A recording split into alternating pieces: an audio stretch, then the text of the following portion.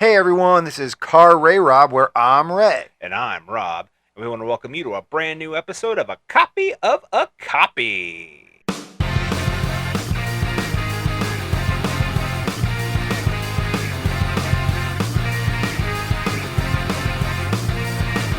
A copy of a copy.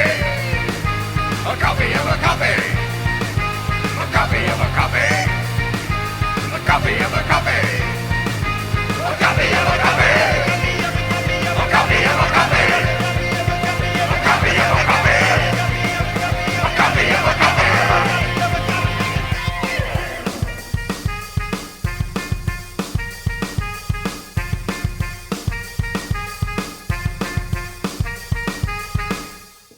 A copy of a copy.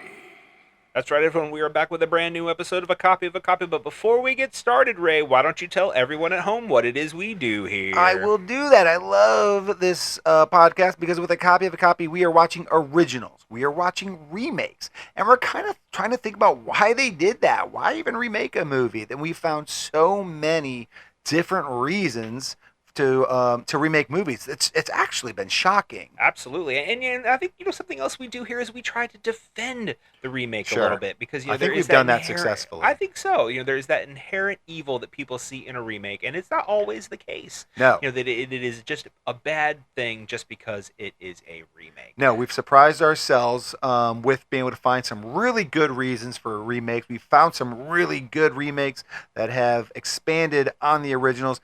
And I don't know if today's episode we're going to find one that expands on the original or not, but I do know that we found a new reason for a remake. That's right. Something we have never done before, and that is a remake done by the original director. And it's not like he forgot he did the first one. He No. knew. He actually knew. Yeah, not at all. And that is because this man is a master. He is a master of his craft. And we're not just saying it. Everybody's saying it. I don't know if there's anybody who doesn't say it. New York Times is saying it. Exactly. Because the director of this movie is none other than Mr. Alfred Hitchcock. He's pretty good. He's pretty good. You may have heard of him. Yeah, you may have heard of him. Now, I will admit, I've not seen these two movies. So, sorry, Alfred. I've seen a lot of your other work. It's great, but I've not seen these two. Fair enough. I have seen the remake, but I will say I've never seen the original, and that is because we are watching the 1934 The Man Who Knew Too Much, starring Leslie Banks and Peter Lorre, as well as the 1956 remake starring Jimmy Stewart and Doris Day, which I have seen. And you like? I It's love. good? Oh yeah, no, it's a classic. I mean, again, when does he not make a classic? True. Which is why you'd say, why would he remake one of his movies? Do we know any of the reasons that he To did be this? honest, no, I don't. I do know most people hold the remake in higher regard. Sure. But like I said, I've never seen the original, so I don't know how different it is. I'm excited to see that because I am a Peter Lorre fan. I've just never watched this movie. Be interesting to think if Alfred just thought he was such a better filmmaker 20 years later that he could have done better. That's a very fair point, and that's what we're going to have to find out. For those of you who don't know, I assume the 34 version follows a similar storyline, but the 56 version revolves around a couple. Like I said, Jimmy Stewart, Doris Day. He is a doctor attending a medical conference in Paris, and he discovers that he ends up in Marrakesh in French Morocco, like while he's on this trip, or they do as a family, and a man, they're in a marketplace, and a man is kind of running through the marketplace with a knife plunged in his back, and he whispers something to Jimmy Stewart that there is going to be an assassination in London of a famous person, a statesman, and then Jimmy Stewart's character is kind of reluctant to say anything about it because then his son ends up being kidnapped. Oh no. To keep his mouth shut. Yeah. So it's all about that, getting his son back. And all Well, that I'm kind of reading stuff. I'm reading the synopsis for 1934, and big difference. It says they were vacationing in Switzerland. Oh, okay. Well, there you go. So it's a So whole, it's way whole different. movie. Whole different movie. Totally different Ring, accents. Ding, ding, ding, ding, ding. Shh. See, just that little change. It's something completely different movie. But yeah, so like I said, I do have very fond memories, fond regards of the newer one, I should say. It's not a new movie. Yeah, by it's any it's old. stretch. It's good and old. And part of that is because of my love for Jimmy Stewart, Yeah. which I don't think is, anybody would fault me for. No, he's awesome. He was a treasure. But like I said, I do love Peter Lorre as well. I think he was kind of an underrated actor from the early Hollywood days. I mean, he'd been in all kinds of great movies. You saw him last year in Casablanca. Yes, I did. Which was awesome. Yeah. I can't believe it took me 42 years to watch it. Absolutely. So he's in the Maltese Falcon, Arsenic and Lace. I mean, just all kinds of great movies. So it would be hard for me to think that he would be bad in this movie. Maybe even Yeah. But so it's going to be interesting to see why Hitchcock felt he had to remake this movie. Well, I'm excited to find out why he did this. If you guys are just as excited and you haven't seen The Man Who Knew Too Much or The Man Who Knew Too Much, go check out The Man Who Knew Too Much and The Man Who Knew Too Much, the 1956 and the 1934 versions. Come back after you watch those and listen to me and Rob break down these movies and see if we can find out the reason this remake was made. Ray and Rob are currently watching the film. Wait, films? There are two? How long is this supposed to take? I've got places to be, you know. Ray and Rob will be right back when they're done watching the film.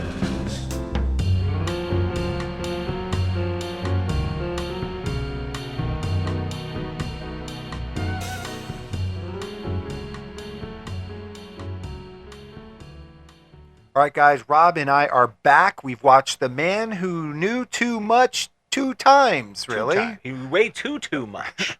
I will say, I don't. don't think I'm a fan of the title. I think this is not The Man That Knew Too Much. This is like The Man That Knew One Thing, and that thing was bad, but he only knew one thing. One thing too much. I guess. Well, I guess one can be too much sometimes. Exactly. It's like that Snickers bar sitting in the corner of the fridge. And one can be too much. Exactly. But yeah, I think for me, having kind of revisited the remake, which I've been a fan of before this, and then watching the 34 version for the first time, Yeah. I think one of the first things that really kind of really stuck out to me was how it really felt like two different eras of filmmaking. It completely feels like the infancy of movies, Right. Like with the 34 version, and like, all right, we have this movie business kind of figured out. Like we have a way of making movies now that the audience relates to, and it's completely different than what 1934 was. Yeah, I mean it's a 22-year difference. So it's almost like almost a career gap for some, Yeah. an entire career for some people Yeah. that it was for Alfred Hitchcock to make these two movies. And so I think it's easy in some regards to say like, oh, he had an extra 45 minutes. We talked about that last month with Dune. Mhm. With David Lynch's Dune and Denis having two movies. So I think that's kind of easy. But so I think we're gonna maybe dive a little deeper than just that in certain regards, because there is certain conventions. But I think it's also easy to just so because of that, I should say, I think it's very easy to just say 56 is the superior movie. In fact, Francois Truffaut in an interview with Hitchcock told him very much that the remake was far superior. Mhm. And Hitchcock had a reply to that I think is very integral to our part or to this conversation. Okay. And it is, let's say that the first version is the work of a talented amateur and the second was made by a professional. Yeah. And some critics have kind of taken issue with that, like that shouldn't be taken at face value. Well, I mean, he is the one who made the movie, so Well, if anybody was going to know, it would be him. No, it's true, but it's also sometimes with directors they get a little Sure. too hard on themselves Sure. in their work and stuff like that. But so I guess for me, we don't normally do a question on this show. Yeah. But I do kind of maybe want to talk about these two movies, this conversation through the lens of, was Hitchcock right? Because I don't know if it's kind of what we were saying earlier, about the infancy of film and all Yeah. of that. Like, is it more that he was an amateur, or was it just that the medium itself was still so young? Well, let's talk through it. I think that's where I'm at because, like, again, you kind of just said like the second one has more time, so we don't want to let just based off that. But you got to remember, like, he chose to make the first one an hour 16 minutes. Well, so, he probably didn't choose anything. The studio probably allowed him to make a movie for that long. You know what? Because to be fair, that was not an uncommon runtime for a movie in 1934. And I think that's again part of the convention of the time. There weren't a lot of 2-hour epics, 2+ hour epics in 1934. So that's my point. Is where that, and he was also a younger filmmaker, whereas like what kind of freedom did he have in 1934 compared to 1956? Way different. And it really, to be honest, like, I don't think there's not 45 more minutes of plot in the second movie. Sure. It's just you can sit in scenes longer. Like, I think I noticed a lot in 34, there's some of that like silent movie film vibe where like there's something big that happens and you'll see like a really quick reaction and then an immediate cut. Right. And like that feels very silent filmy because you're not just going to stare at the guy screaming when he's not really, when you can't hear it. You probably would just cut away and move on to the next thing. Sure. Where like nowadays, you want to see that dude's reaction. Like when something surprising happens, I want to see how he digests that information, how he, his whole entire reaction. So like you can just take your time more in scenes like that where like, when you're doing an hour 16-minute version, I guess, or just maybe that's just what 30s movies was. It just happens so much quicker. Yeah, and I think in certain some of the action moments, not necessarily the sequences, but the moments. I think of very beginning of 1934, like that when the Louis was that, or what was his name in 34? It was the Frenchman's name was. It is Louis. It is Louis. Oh, that's right. It's Louis Bernard. Louis in both. It is Louis in both. So it's Louis Bernard in both. When Louis Bernard goes down the ski slope, right, and like runs into people, and when the dog runs out in his way and whatever, like that scene feels like it should be like a bigger deal than what it is. Yeah. And it's not. You know what I mean? It's just like, and they just move on. Right. Like you said, it's like a cut. I almost died. Right. I almost died. Like, no, you did. You did almost die. Right. Because of this dog running out into the course. So yeah. Hold your damn dog. Right. And I feel like those kinds of things in the original stick out to me a lot, is where it's just like, we just got to get through this moment. Yeah. This needs to happen. It's a little bit part of the plot, but we just need to move on to the next thing. And because, like, I do think you're covering for flaws because, like, when he's skiing, there's no sound effects. It literally is a silent movie. It's a silent movie, and they're not going to get a good sound effect of him crashing and stuff because they don't really know how to, I bet. How long were talkies around for at this time? Like the Jazz Singer came out in 27, so it'd been 7 years old. So it's less than 10 years old. So like just the whole medium itself. Yeah. So like they don't have all these great ways of putting in sound effects and stuff. So it's like, you're not going to hang on to those scenes. You're just going to kind of move on, and it looks kind of cool, but they're not going to you're not going to show the flaws in your style. And that first section of this 1934 version screams that, like, just moving on past this like cool idea of this dude skiing down the slopes, but you're not really getting any full effect of it. Right. And so I feel like when 56 comes around, he is able to kind of take more time. Now, granted, as we clearly said in the before section, they changed locales. So Switzerland in 34, into Africa Morocco in 56, right? Or Marrakesh. Marrakesh, yes. It's Marrakesh. So, and that part of that's also convention of the time. Africa was really big in Hollywood at that point. Going to shoot in Africa was the African Queen or Casablanca or you name it. Like Hollywood was all goo goo gaga for Africa at that time. So I think that's part of the reason probably for that change a little bit, because that was very much again convention of the time. Could have been shooting discounts and stuff too. Sure, yeah. They had inns. They had inroads in North Africa that allowed them to be able to shoot there at the time, so that kind of thing. But, or even not if they weren't on location, because I actually don't know if this one was on location. I know some were, but I don't know if this one actually was. But still, either way, it's more of like what audiences wanted to see. They loved Africa at the time. But my point, basically is like it allowed him, to expand on this opening sequence, really kind of get you to buy into these characters early on. Yeah. Because it feels like such a run in that first 15 minutes of the original movie, where it's like who belongs to, like, it's almost Well, disorienting. I don't like, who even think belongs they to name. who. I don't even think they tell you people's name. Like, Yeah. I literally am like, I don't. If I wasn't looking at IMDb, I don't think I would know anybody's name in this movie. I don't think they tell you. Right. Yeah, because it's Bob and Jill, and then Betty is their daughter, and then obviously Louis Bernard is the Frenchman, and Ramon, Yeah, who's but the I don't think Bob and sharpshooter. Jill are. I would swear they're not named. Right. Maybe Jill is at one time, but Bob is not named. Right. So it's a situation where you're kind of really having to put these pieces together. And again, I think it's because it was a tighter shoot. You know, you got to Sure. get through here. You got to make your days. You got to get out. You know Yeah. what I mean? And I think that's very much how it was at that time. Not that, you know, by 56 they still weren't, you know, on a shooting schedule or anything like that. But Yeah, you get of my course. point where Yeah. it's just like get in, get out.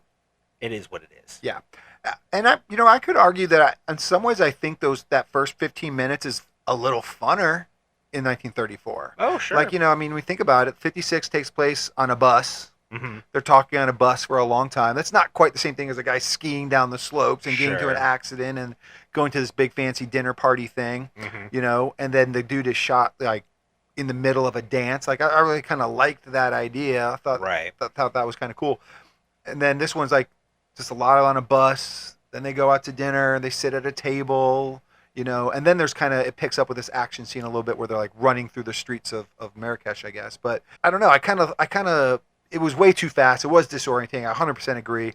I appreciate slowing it down, letting actors act, get you all the exposition you need so you're on board with the movie. But it was like a much slower way to get that story out. Like I said, literally sitting on a bus talking to a guy for 5 minutes, that's a choice. It's not the most captivating choice, but it's a choice. Yeah. So I mean, I think you could still make arguments about, was it better? Like, it was better coherent wise. Was it more entertaining? I don't know. Maybe not. Yeah, and again, I think it's very much playing to the audiences of the time.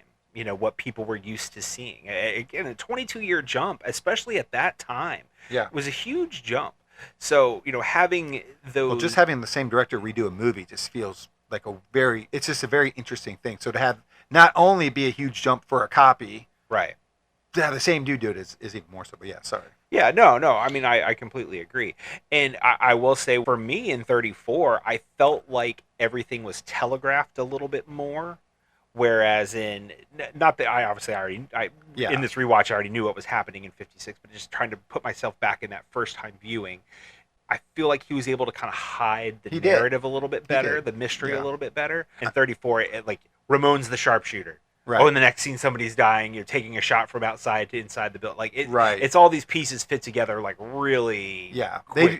They really don't try to hide the mystery. That's even one of my Right. notes is like, they're like, yeah, Ramona knocks on the door and I can't now, maybe I'm blurring the two movies, but like it was obvious. You're right. It was like telegraphed and not even like tried to be hidden. They told you basically these are the bad guys. Right. This is the one who stole the kid. And whereas in the 56 version, I did not expect I didn't think the Draytons were going to kidnap. Sure. What's the kid's name? Hank.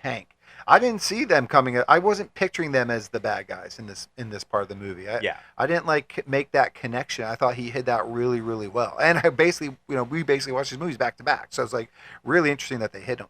Or I thought really effective way to do that. Yeah, and even the Louis Bernard character. So obviously in 34, he's clearly a friend.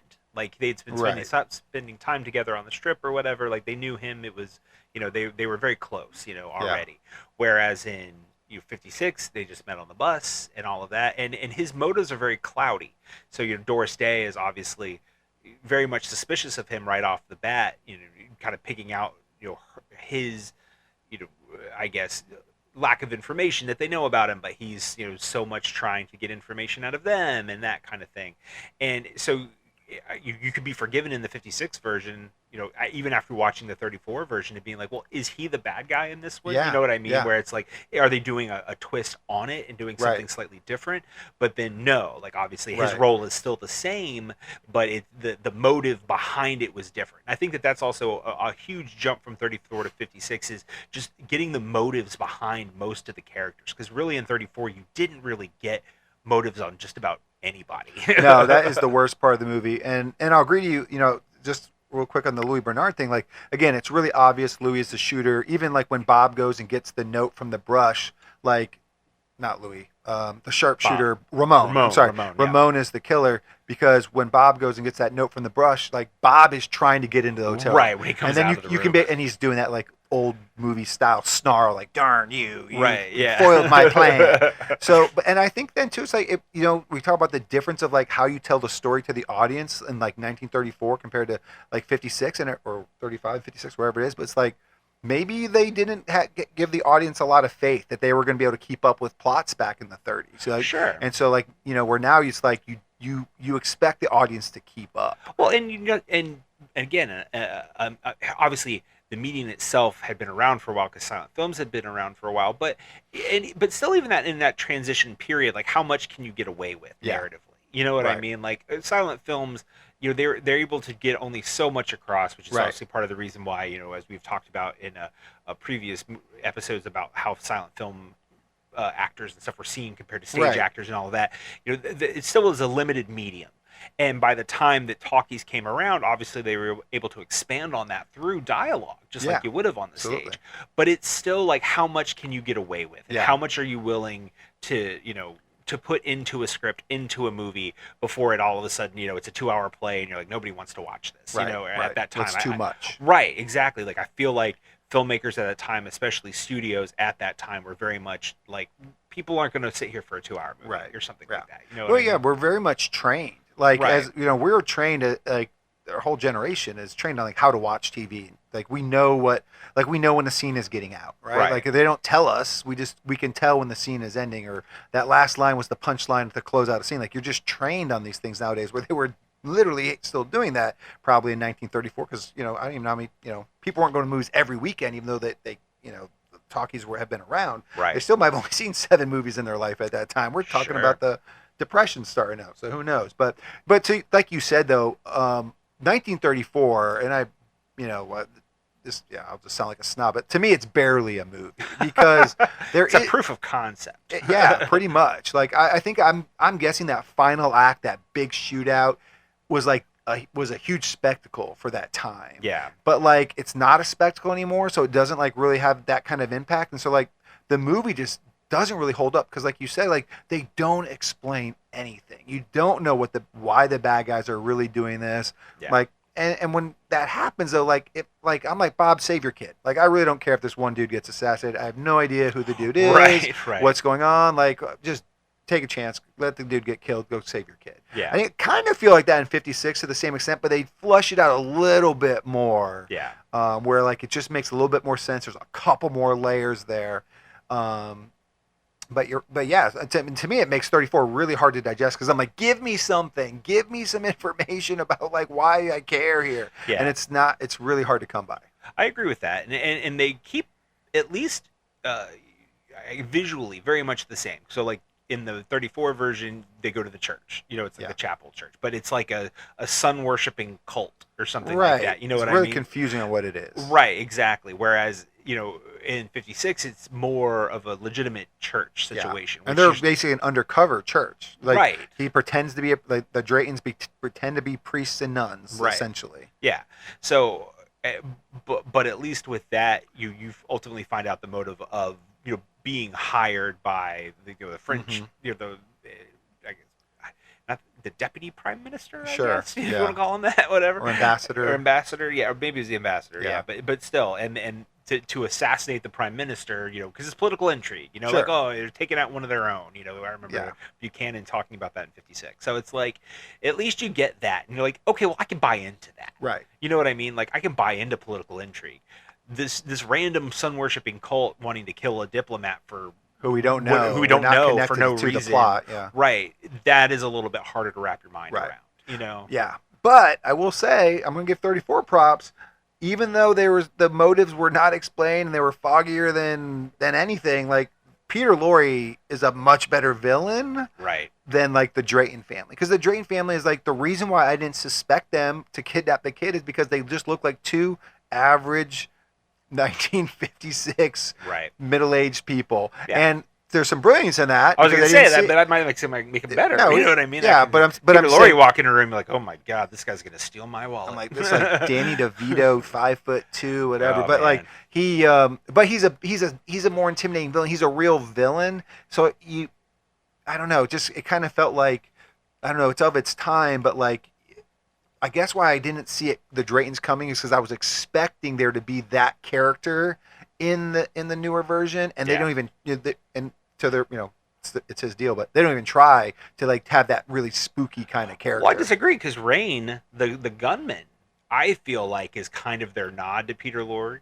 Just because it's like he has that same vibe. He has that creepy kind of like, he does have that. So like when he comes and knocks on the door and they open the door and he's like, oh, I was supposed to meet another, exit such and such in this room. Like, oh, there's nobody like that here. And he's like, right. And so he's like, he leaves. When you see him, you see bad guy. So I think that's also a way that you're able to kind of take the red herring of or not the red herring, I should say, the because they're not a red herring, but with the Draytons, like being the ultimate like fake ally opponent of this movie, where in the beginning they ultimately worm their way in, charm their way in as this nice older couple or whatever. Like, I think it's because you see the Rand character come to the door that you're like, oh, that's the bad guy. Yeah. Some like from your visual literacy for film, you're like, oh, that's the bad guy. So I do think it's one of them. I knew there was going to be a team of them. Of course, but you get my point, where it's like it's that sleight of hand.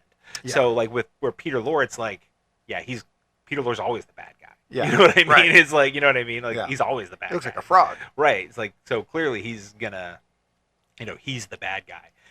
Whereas I think having the Rienne character kind of be this similar but separate character in 56 allowed for the Draytons to be those effective villains. Yeah.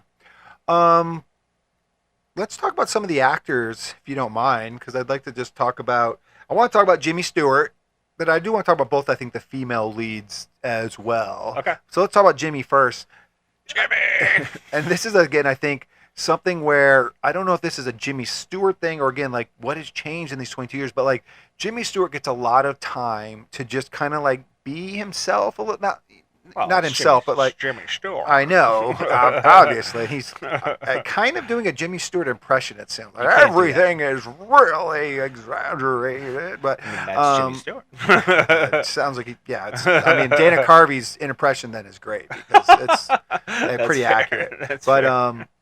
But it's like I'm thinking of that scene where they're going out to dinner, where they kind of first meet the Draytons, and they spend a couple minutes on him, how he just can't get situated at the low table and stuff. And there's some comedic moments where he's like, how do I sit my legs? How do I not knock over the table and stuff? Where like Bob doesn't get to do that in 1934. Like Bob is just like go, go, go, go. Like he doesn't have time to like sit into the character, and I wouldn't have even considered him the main character for like the first 20 minutes of the movie, because he's such on the sidelines of like his wife is dancing with everybody else and kissing everybody else, and so it's like I don't know if it's like it just felt like Jimmy was allowed, and maybe this again they're expanding on the time that the movie telling process is different, but like he was just allowed to sit in the character, and like you really got a feel for who the man who knew too much, who he really was. Where in the 34 version, you don't really know the dude other than, he's just a guy looking for his kid, of course. And that's about surface level, as deep as he goes. Yeah,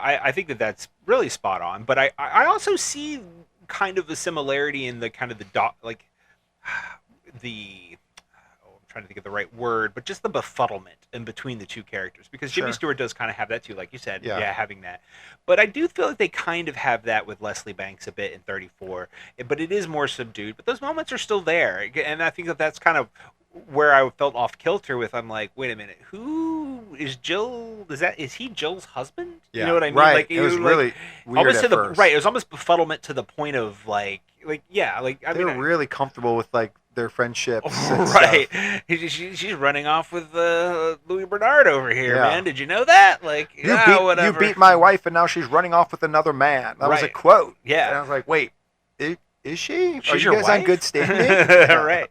So I agree with that 100%. But I see those thread lines, and I think that's kind of where I was going with that. Is I see the thread lines between the two movies, between the two characters. But you're right. I mean, it is Jimmy Stewart. They're gonna let him chew up the scenery. It's what he does, man. It's Jimmy Stewart. So I don't. Beyond just the fact that they'd given Alfred an extra 45 minutes to make this movie, I do think. But that's why you cast him. Right, exactly. That's why you cast Jimmy Stewart to let him do that. I really like the mom characters in this movie. Jill and Joe, basically Josephine, Edna but they called her Best Joe. in 34. Yep, and Doris Day in this one. And you know what? I'm kind of pissed that Doris Day doesn't get to shoot the bad guy at the end. I really loved her being able to do that in the 1934 version. I'm so glad you brought that up, because I as a fan of Hitchcock, he has gotten a lot of crap at times about his portrayal of women in his films. And I think in certain instances there are absolutely valid points to be made. I think some of it is cultural for the time, but I think some of it probably was himself. But I do think that these two movies are kind of exceptions to that rule for me, because I do feel like both characters are, both the mother characters in 34 and 56 are portrayed in a pretty positive light.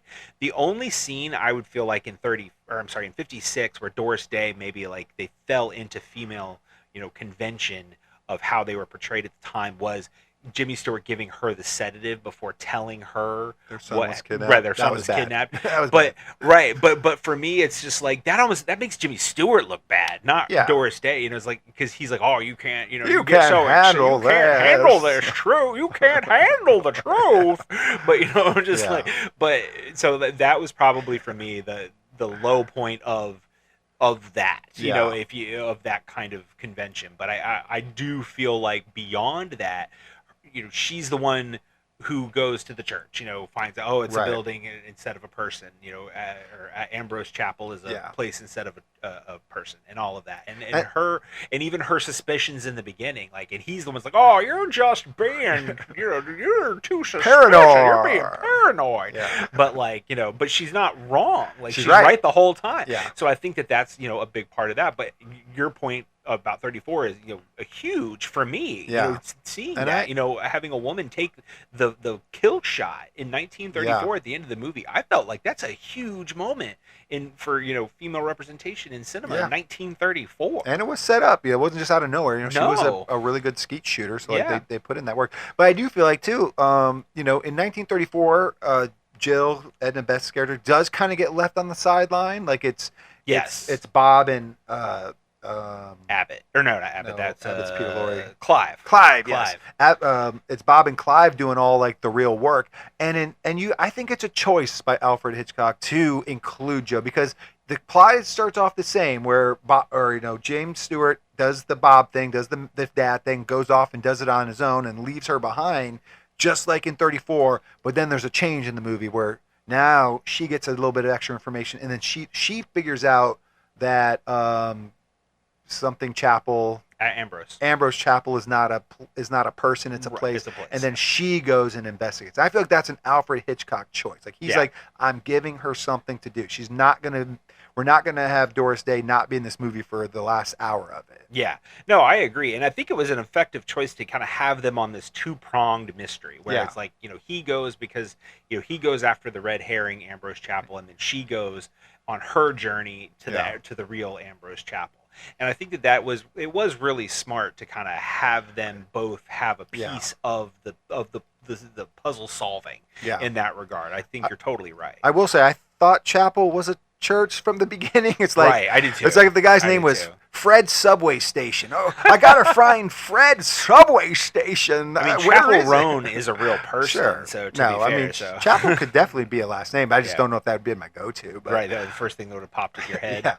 Yeah. But of course, there is an Ambrose Chapel living right down the street, and he gets harassed by James Stewart for no reason. Right, but again, allowing it to have a little bit of that, the mystery having a bit of the breathing room. You know what I mean? Where there for there to even be time for a red herring. Sure. Wild goose chase. I think is another effective moment in the 56 version. To kind of like draw it out a little bit more and like not make it just so easy to connect these dots together, which 34 kind of did. Like, you just they don't struggle. They just kind of go through it. It just kind of methodically moves to the end where there's no real, I guess, like you said, they kind of take the mystery out of it. You know what I mean? Where they just even the tailing to the dentist office and all of that stuff just kind of just happens. Right. But I will say, when I saw that 1934 dentist office, that was the scariest part of the movie. I'm like, can you imagine Root canal what in there, that would man. be like in the 30s? No, thank Is it you. safe? Yeah. But then, like, he's in there, and all the bad guys just walk right in. Like, Right. hey, how's it going? We're going to do bad things in the corner over here. So it's like, yeah, this is pretty easily gained. Yeah. So it is a little bit harder in the 1956 version. And I Yeah. think that is definitely an improvement. Yeah, they just needed a way for it to work. Oh, just put the jacket on and kind of like Yeah. hide your face a little bit, and they totally won't think that you're the guy that's in the chair right now. Right. Yeah, that the roles aren't flipped. Apparently, they know the dentist, but they don't actually recognize them when there's any need. So. Right. How did you feel about the gender flip and the age difference in Betty in 34 and Hank in 56? Do you think putting it, having a young boy be the kidnappee as opposed to maybe a teenage girl, Yeah. Did that change the vibe for you at all? I think it changes a little bit of the vibe. I mean, I think how old was Betty or Betsy in the I was going to first say one? like maybe 14 or 15. Yeah, it's almost like it's creepy a little, like these guys are kidnapping this girl, like, and you're kind of like, you don't know what's going on. So you're like, what are they doing to her? Are they treating her right? Where, like, with kidnapping the little boy, you allowed for this Miss Drayton thing to kind of get attached to him and Right. like have that actually play a part of the story, which I think was better. That was an improvement, I think, on the ending there, where like she kind of like has that change of heart and helps him escape. I thought that Agreed. was cool. Yeah. And I think they invested more time. I just think like that Doris Day and the son like singing together like was really like, okay, this is a strong parental child relationship kind of deal. Like, you got more invested into it. But I will say, I really did like the banter of Betty and the mom and Bob, even in those first like really confusing 15 minutes Right. of 34. Yeah. So I was all about them trying to get their kid back. And I don't know. Like I said, I guess you're playing at the strings of the younger the kid, the more sappy like the audience will be. Yeah. I think like for me it was a net gain. Like I'm like, I want you to get their daughter back no matter what. Like if she could have been Sure. 21, I'd be like, go get the kid back. Right. But I just think they were invested more time into like having this kid be a little helpless and clueless. He's ripping people's face masks off Right, and yeah. and all this stuff. So I think I was more invested in the child swap, but I don't know if like the gender swap necessarily won me over one way or the other. What If it about was, yeah, no, I can agree with What that. about I you? think the age gap was probably more important. Yeah. Than, changing Betty to Hank. As far as the gender goes. Oh, I agree with that. I think that's less important. I think of the age gap, but because it's just, I feel it's just like being a human. Like Right. having oh my, it's like this Kid. kid's like 6 or not that young. He's 8 probably. You know, what I mean? Like Yeah, he's 8 or something like that. And it's like, oh man, this little 8-year-old kid's like In a scared. foreign He's- country. right? In a foreign country, scared, taken from his parents, like all Yeah. of that. So yeah, like for me, I think the age gap or the age difference between Betty and Hank definitely made me more invested in like getting Hank home Yeah. in 56. Well, yeah, and I was confused. I think in 34, like, they were in Switzerland. yeah, Betsy gets kidnapped, and then they fly home. I'm like, okay, I know I'm not supposed to tell anybody about you kidnapping my kid, but I'm not leaving the country with you in possession of them. sure. I'm like that was like just seemed weird. I Yeah. mean, I guess maybe in the 30s they're used to having 9 kids, so if you lose one, who cares? But like, no, that's part felt weird to me. I agree with that. I liked I in the agree with that 56 100%. version, like the kid was taken to London and then Right. they left the country to go after him. I like that better. Yeah, and I imagine Alfred did too. You know what Yeah, I mean? Like yeah. as a filmmaker, he's like, this just makes more sense. 'Cause Way you're more right. sense. Like I'm not leaving the country with my kid kidnapped or whatever. Yeah, so I agree. I think that just makes more sense and allowed for the the tension with the police. Like Right. when they land and all of that. But and I think that's such a great scene. When they get questioned by Scotland Yard, like when they get there and all of that. Like I think you can kind of see how Buchanan is sympathetic to their plight. Yeah. You know what I mean? But it is amazing the amount of information they do get for not supposed to know about any of this. You Right. know, like yeah, they the McKennas didn't really have to tell them everything, but they because again they received a phone call there. You know what I mean? Right. Like That's so what I'm like, how much is this the man that knew too much? Like he doesn't know all that much than they do. Like Right. the cops are not too far behind. they know he knows the main thing, and that's the important thing. Well, It's that he- one thing too much. He thought he as they did, say. but he was wrong. So he's like, I know you guys need to go find that taxidermist, Right. and then I'll get my kid back. That No, poor no, taxidermist. sir, you're wrong. You're still wrong. His profession is gross and weird, but I feel bad for the guy. Yeah, I did too. James Stewart almost punched out his kid for no reason. Right. So we mentioned it, earlier on about how obviously 34, the last act really is just a glorified gunfight. Right. Once because they both have the assassination attempt at the Albert Hall. Both are failed. One is more like the 34 version. It takes them a minute to find that out because it's like the radio broadcast later. Yeah. But like in 56, it's very clear right from the beginning because that the prime minister didn't die. Mm-hmm. Even when he's like shot, he like grabs his arm. Where Yeah. in 34, the guy literally falls over, and you're like, so it was Did it successful. work? Yeah. Like, you know what I mean? I think Ramon and 34 seemed to know it didn't work. Information travels Right. slow. Right, but your visual literacy Yeah. is like if the guy Oh, falls yeah. over, He's you know, dead. you think he's dead, but he's not. But either way, so they both have that moment, but then they both go in very like two different directions. As I said, they had the shootout in 34, and then 56. They allow for this really, I think, great tense sequence in the embassy. Like they get themselves invited to the embassy. Once they figured out what's happening, they figure out that Hank is at the embassy. Yeah. And so they worm their way in. Joe, thank you. I'm like, not Betty. I've got so many names in my head. Joe, Doris Day, works her magic to get an invite for saving the prime minister's life, and then obviously she gets to sing again, which that's why you're getting Doris Day again, so she can sing. She's pretty good. Oh yeah, no. Que Sera Sera was actually like I think it won Best Original Song at the Oscars that year. Or was that original back then to this movie? I don't know if it was original to the movie. I just know that. Hold on now.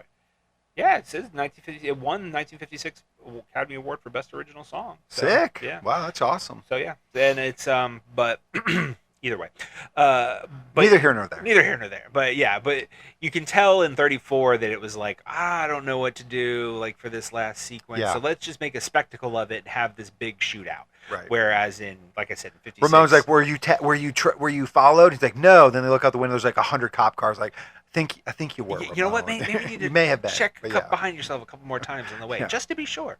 But I think for me, that's a big. It says two different things. One, it says that it just the I should say, I guess I said earlier, the convention of the time was different. Whereas Sure. opposed to like needing this big set piece, that they felt like would be some kind of a spectacle at the end, they allowed themselves to have this very tense sequence that'll just a more intricate puzzle, Right. like luring Hank out or getting his location and all of that stuff. And there's the clock of like the ticking bomb under the table where they're like, we're gonna kill Hank. Like Right. Hank is literally like Always, his yeah. execution has been like called for Right. by the embassy ambassador, whatever he was. But Yeah. Hank deputy ambassador, whatever. Hank's head is on the chopping block. Right. Where Exactly. Betty's never really was. Right. So I think I see it as a massive improvement. I Yeah. imagine you do, but what do you think? I do too. I think it's better. Like the shootout I think it was probably a great spectacle for 1934, but we're kind of like jaded to that nowadays, like with absolutely. shootouts, and like you don't actually see the people. Like the people are shot, and you kind of know they're shot by sound effect and face reaction, but like Right. you're not getting blood splatter. You're not seeing a hole in their like chest Right, slowly. right. You're just assuming like, are you dead? Yeah. Because the same thing happens to the lead character. I'm like, oh, I guess he's dead now, but he wasn't. So it was like, Yeah. you can't see the damage, so you're just kind of guessing. And I feel like that scene to me didn't have as much tension because like the only people in trouble really were the bad guys. So I'm Right. like, yeah, I don't care. Shoot them.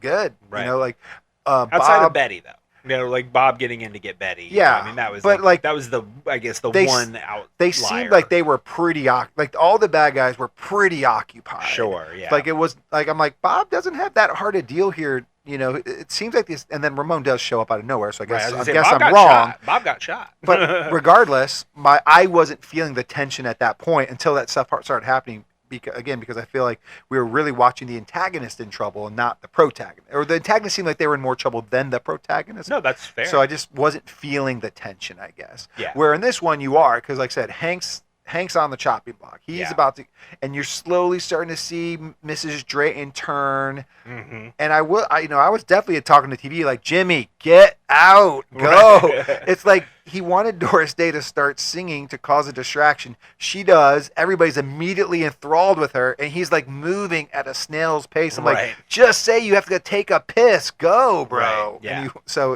And Jimmy just lingering. He lingers, lingerer. Yeah. Was adding tension. You wanted him just to hurry up, but I thought it was effective. Yeah, no, I agree. And like you said, you get the song in one more time, which is nice, and all of that. And you get that, like you said, you get that really nice scene with Mrs. Drayton, which I think is a nice layer where it was like you have these two villainous characters, and one of them has the change of heart, and then Mr. Drayton is still just a piece of garbage and decides I'm going to use these guys to human shield. Human shield. I'm going to get out of here, and obviously that's not what happened. Because it was cool because Mrs. Drayton was always nice to Hank. Like she, it felt genuine when she wanted to take him away from at the beginning of the movie when she kidnapped him. It felt genuine that she wanted to get him out of danger. I genuinely want to kidnap you, kid. So it's nice to see that it wasn't all a lie. She probably did like Hank. She's like, you know what? I would kidnap you, but I would love you and raise you as my own and have you forget about your parents and think I was your mother this whole time kind of thing. There are news articles, like news stories just like that, man. Come on. She seemed like a decent person to be kidnapped by. That's all I'm saying. Yeah, no, I get where you're coming from, and I think, like I said, I think maybe part of that was the actress that was cast in the movie, who was, I have it here, it is Brenda DeBanzi. Sure. Brenda DeBanzi. You can say it better than me. I'm gonna just assume I'm saying it better. Well, let me ask you this. This is the big question for me that I want you to answer, and I don't want to answer because I don't want to be wrong. I think we've kind of discussed how like Alfred is redoing this movie probably, in part because it's just like the 22-year age gap, right? Yeah. Like he knew, I guess, he could do a better version and he wanted to do a better. But I guess the thought in my head is why this one? Like he did a lot of movies throughout his career that there was 22-year gaps potentially between a lot of movies at one time or another. Why did he want it? Why do you think it was The Man Who Knew Too Much is the one he really thought he could improve the most upon? Well, so I done a little reading, and Alfred Hitchcock actually first considered an American remake of this movie, because that is, I guess, also part of it as well.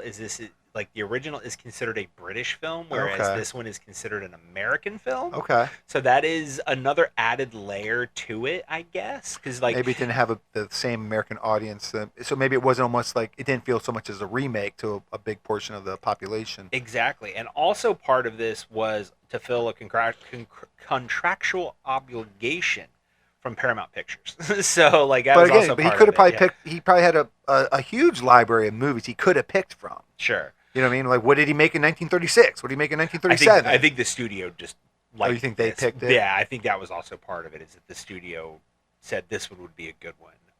But like I said,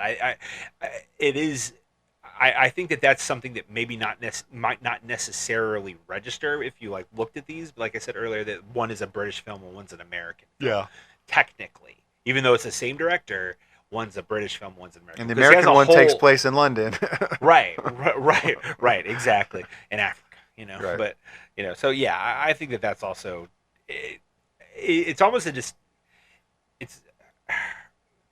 I guess it's a distinction that almost doesn't need to be made, because you're right. Like it's not like either one of them takes place in America, right? At any point. Yeah, but how they sold the movie and everything was completely and where different, it was released probably. and all of that. So yeah, it's confusing, but like I said, I think that is also part of it.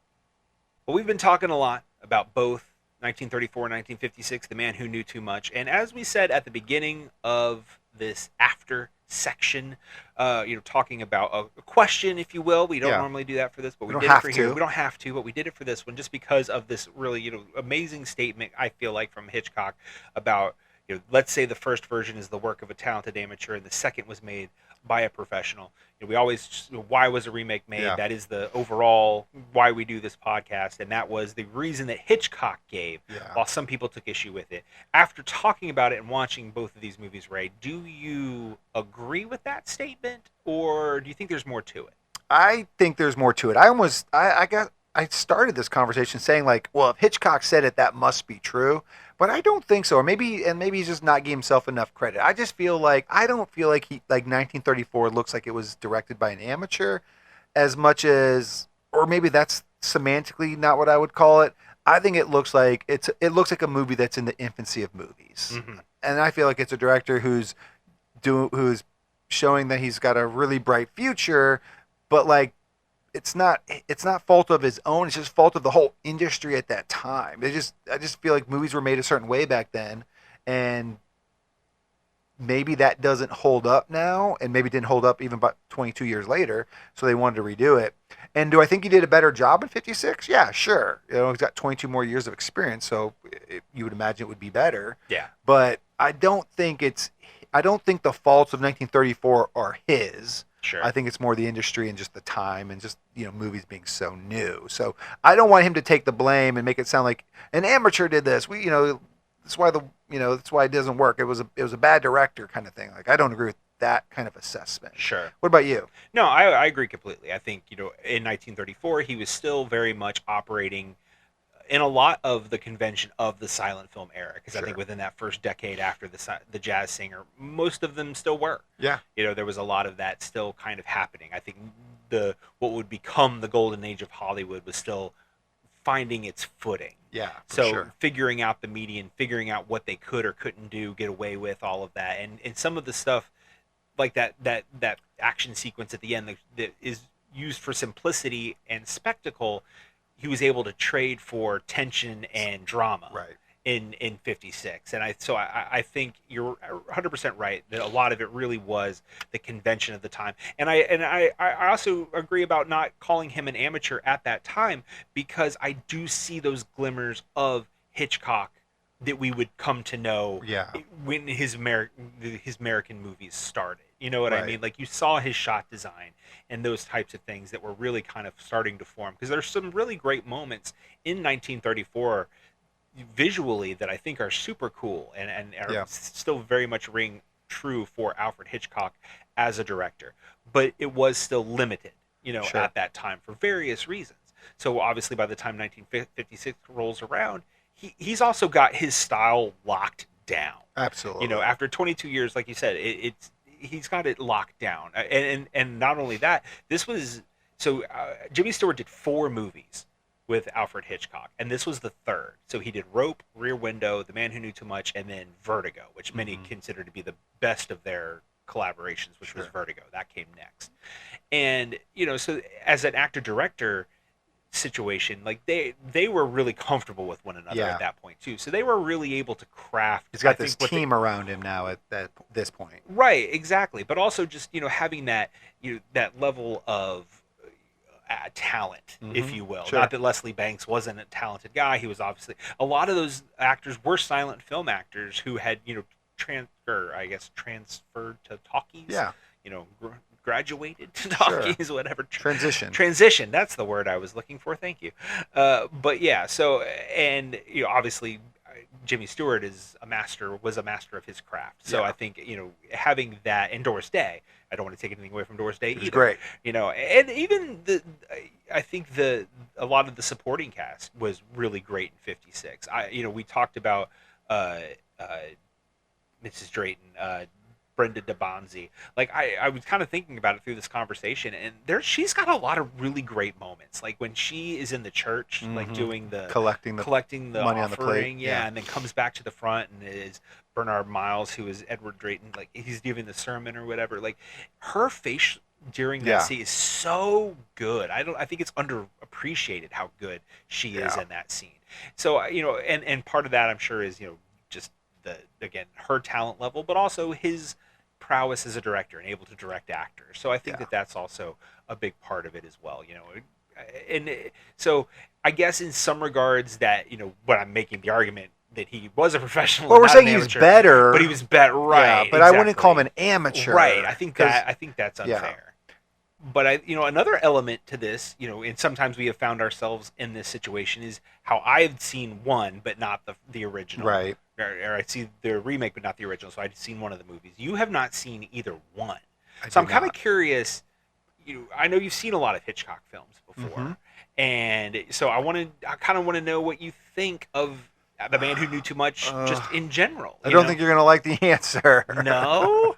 Yeah, I don't. Honestly, I could take these or leave them. Honestly, Okay. I did not. I probably would say I didn't enjoy 34. I was glad it was so short. Oh, You know, sure. just too. It was just like too little information being provided.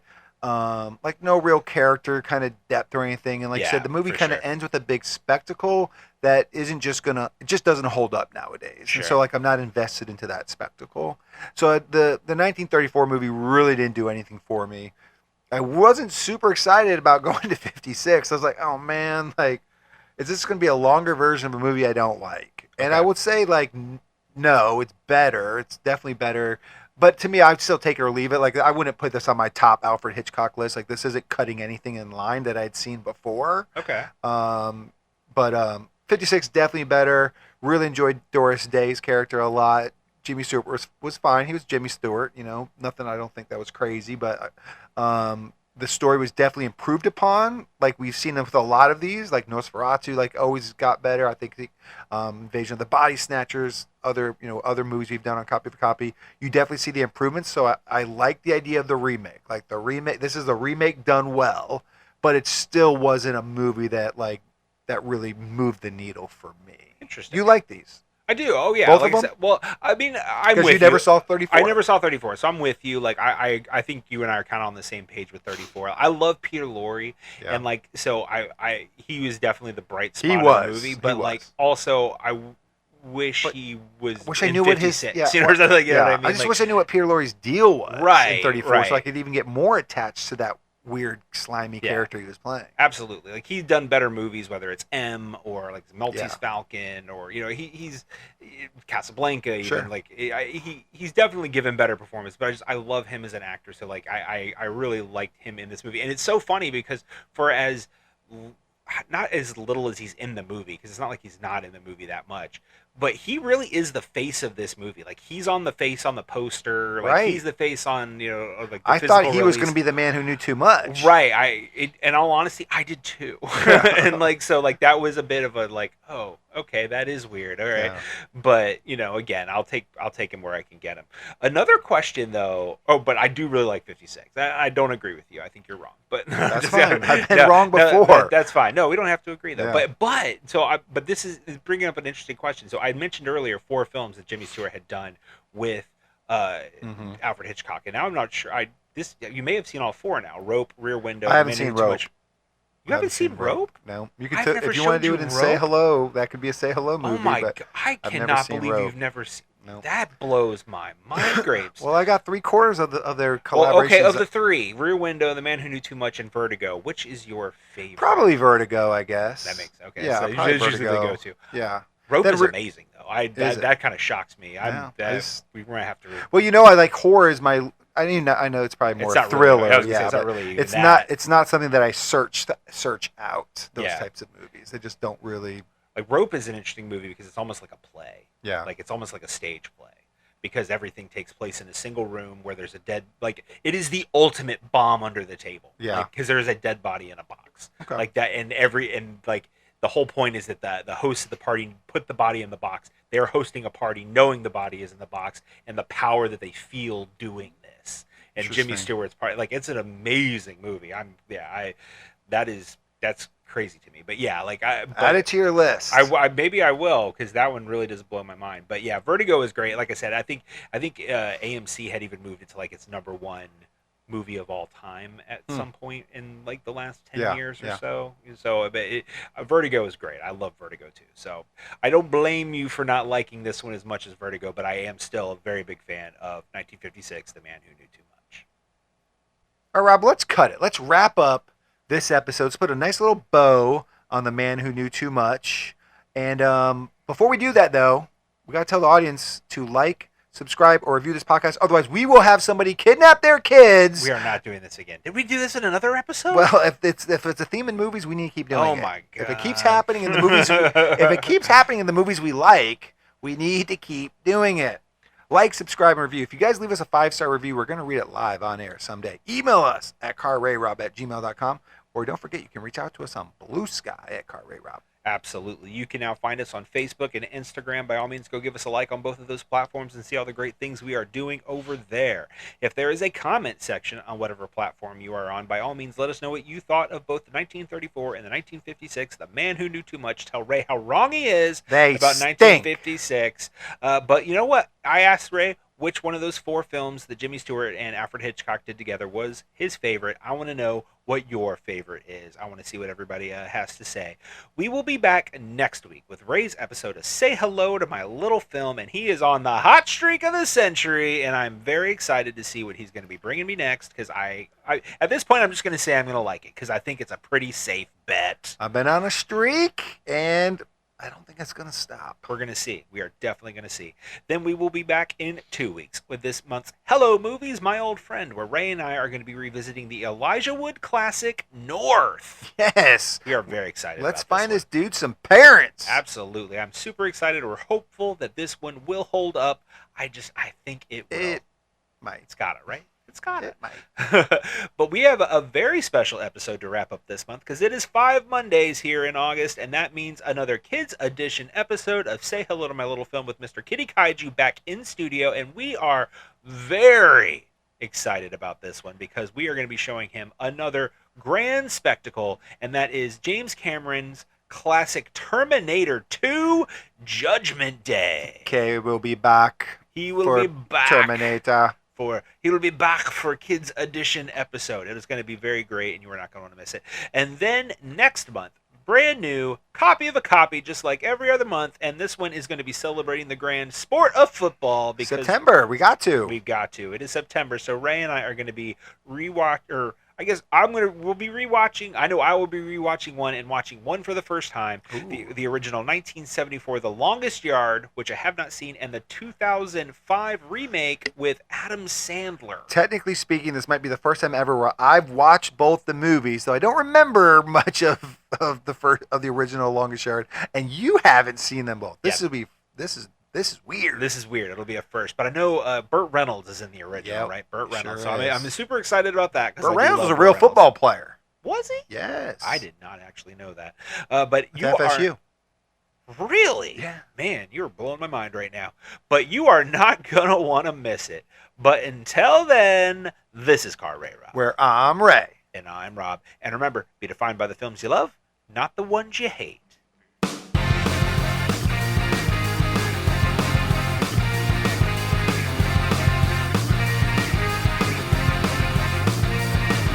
A copy of a copy. A copy of a copy. A copy of a copy. A copy of a copy.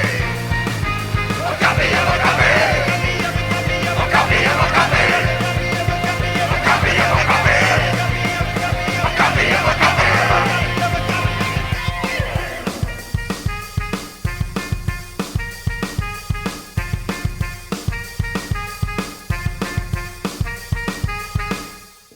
A copy of a copy.